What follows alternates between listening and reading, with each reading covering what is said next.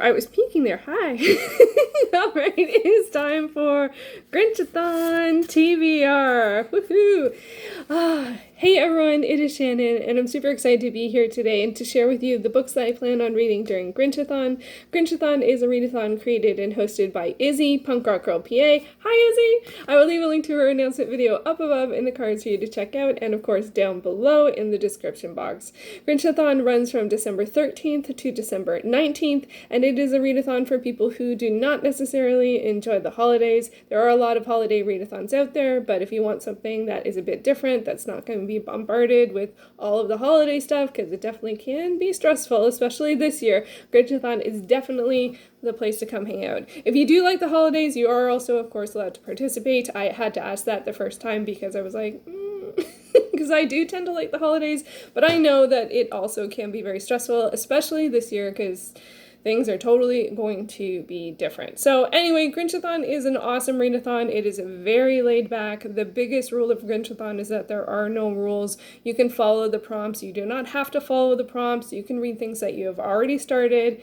Who's doing that? Who's doing that? Yeah, you can read one book for multiple prompts. You can, totally ignore the prompts. You can do whatever you want. It's all about reading together, and I am very much looking forward to it. Izzy always does sprints over on Twitter, so I'll leave the link to the Grinchathon Twitter as well down below, and all of that good stuff. So let's get to the challenges. I am going to do my best to, I did pick something for each of the challenges, and for some of the challenges I picked more than one thing. So I'm already cheating. I mean, that's my way of manipulating, because I'm not the best at manipulating the challenges, which is definitely something that's encouraged, but I'm not necessarily one to do that very well, so maybe that is my go-around. Anyway, for the first challenge is, challenge number 1 is 2020, and you can interpret that as you wish. I decided to go with Ajin, Demi-Human, and this is a manga series. The connection to 2020 is that it is one of the first series that I started this year back in January. And I am doing an A to Z manga challenge, but I didn't get all of the letters. So I'm not going to complete that challenge by the end of the year, but I think I might be able to get up to date with Ajin Demi-Human, because there's only a couple more volumes that the library has, so that's what I'm going to work towards throughout Grinchathon, is to read the remaining volumes that are available at the library. This is a horror paranormal thriller type situation where the Ajins are immortal, and they have this sort of entity that's kind of like an extension of themselves, or a shadow self, or a monster type. It's hard to describe. I still don't totally understand it, and it's not totally clear. It's clearer than I understand it, but it's not totally clear. So anyway, so they have this sort of entity. It is actually quite disturbing, to be honest. But I do enjoy it, and I'm curious to see where it goes. So I would like to get up to date on that. So that's what I'm going to do.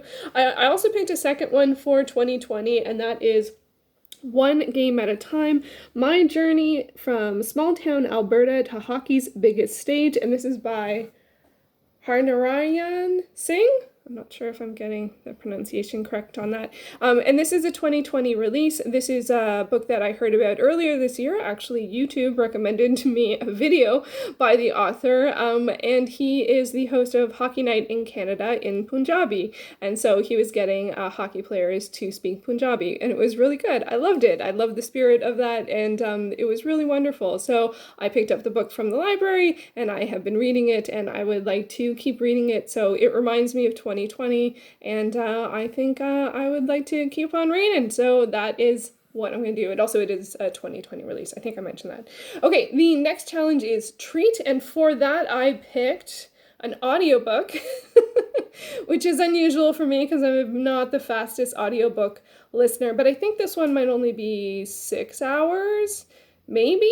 I'm not sure. Anyway, it is Let Love Rule by Lenny Kravitz with Dave Ritz. And so it's Lenny Kravitz, and he narrates it himself, so I don't know that I need to really super explain the connection.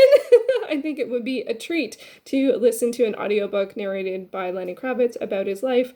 I am really curious about this. It just sounds like a wonderful time. He's an awesome musician, so yeah. we're gonna see where that goes. So, and it's available on Scribd if you have Scribd. Next up, the next challenge for number 3 is good. So this one, I picked a couple of options with the sort of a similar theme, but the big one I'm going to try, but it is actually the biggest book on this at over 600 pages, so we're getting really, what's that word? Confident, maybe? And that is The Summoner by Gail M. Martin. This is the first book in a fantasy series called The Chronicles of the Necromancer, and it is a book that I read a long time ago-ish. Over 10 years ago, I just chance pulled it from the library, just looking on the library shelves. I read it, and it is... It's 600 pages. But back in the day when I read this, which is before I was on Goodreads, so it was before 2010, I gave it 5 stars. And I put the rest of the books in the series on my Goodreads TBR. So they ended up being some of the oldest books on my Goodreads TBR, which is a list that I'm trying to work through. But I'm like, it has been over 10 years, so I need to reread the first book. So I picked it up secondhand on Amazon. This is becoming a whole story. I didn't mean to go there. Anyway, how I'm connecting it to good is that I loved it at the time. I gave it 5 stars. I don't remember it that well. I remember a couple of things that happened and a couple of characters and unique situations and found it interesting and engaging. It's an epic fantasy. If I didn't say that, it's probably pretty clear. It's an epic fantasy. And fictional monarchy, vying for power, magic, and necromancy, which is not actually that often used, I find, in fantasy. But anyway, so I give it 5 stars at the time, but now when I look at Goodreads, oh my goodness, the reviews do not really, they're not really along those lines. They are very low, and a lot of really unhappy people or just people who didn't enjoy it, and they're very vocal about it. So I am second guessing whether or not I actually thought this was good.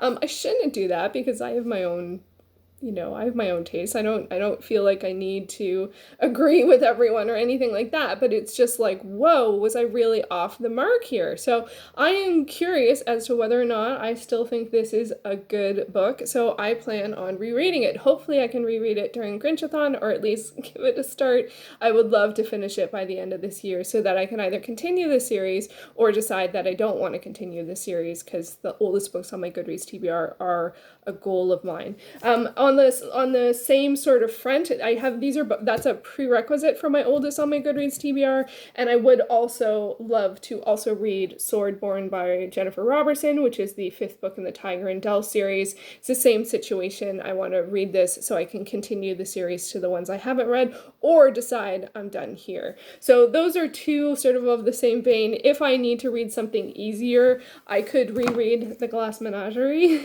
by Tennessee Williams, because it is a lot shorter at like 100 pages, and it's a play, so that's another option for that, or even Heaven's Shadow by David S. Goyer and Michael Cassutt. This is another one where I have read the first book, but I would like to finish the trilogy, and I want to reread this one before doing so, and it's a very fast read. It's one of these skinny, tall, floppy paperbacks, and it's quite good. I did enjoy it at the time. That one I feel confident that I enjoyed it at the time. Glass Menagerie, I have no idea whether I would enjoy it now. I imagine I would. It's a classic, but and it's a classic I enjoyed, but I read it back in high school. Okay, so that was a lot of talking. Next up, the next category, and I like this one, Izzy, I gotta say, I thought this one was funny. The next prompt is Zoom.